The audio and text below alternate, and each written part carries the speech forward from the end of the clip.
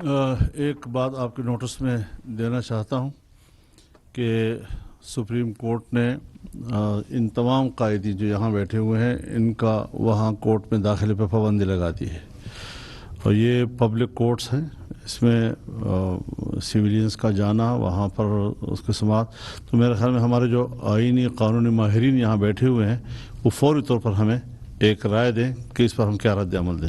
محسن داور صاحب جی، ایک سیکنڈ اس کو آن کریں گے میرے مائک کو؟ میں مولانا صاحب، یہ آن ہے؟ اچھا، میں صرف یہ کہنا چاہتی ہوں کہ ہمارا داخلہ بند کر دیا، کوئی بات نہیں، لیکن سپریم کورٹ کی رجسٹری میں اس دن جب دیواریں پھیلاندی گئیں اور پوری کے پورے پی ٹی آئی کے ارکان وہاں باجماعت گئے تو رجسٹری کے شیشے ٹوٹ گئے، ان کے داخلے کو کچھ نہیں کہا گیا، ان کو پابندی ان پر نہیں لگائی گئی۔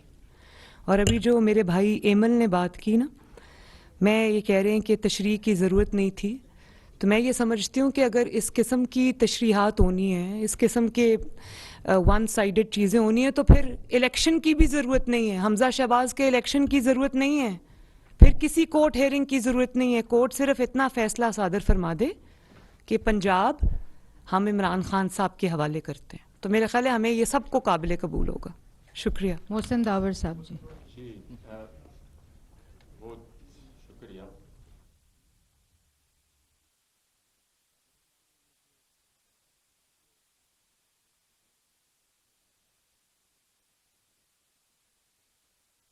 قائدین ہیں ان کے کورٹ میں داخلے پر پابندی لگا دی ہے، تو میرے خیال میں ان ججز صاحبان کی میلفائڈی تو اس ایک آرڈر سے بھی ظاہر ہو جاتی ہے کہ ان کے ارادے کیا ہیں اور وہ کیا تاثرات اور کیا خیالات ان قائدین کے بارے میں رکھتے ہیں۔